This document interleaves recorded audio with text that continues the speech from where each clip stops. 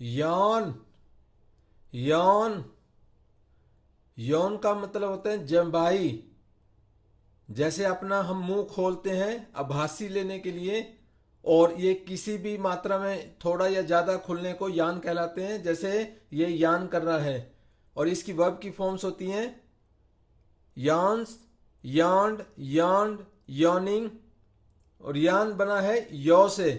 यौ, जैसे यो बोलते हैं तो हमारा मुंह खुलता है। और यहां पर ये देखिए सेंटेंस, अमीर और गरीब में बढ़ता हुआ गैप।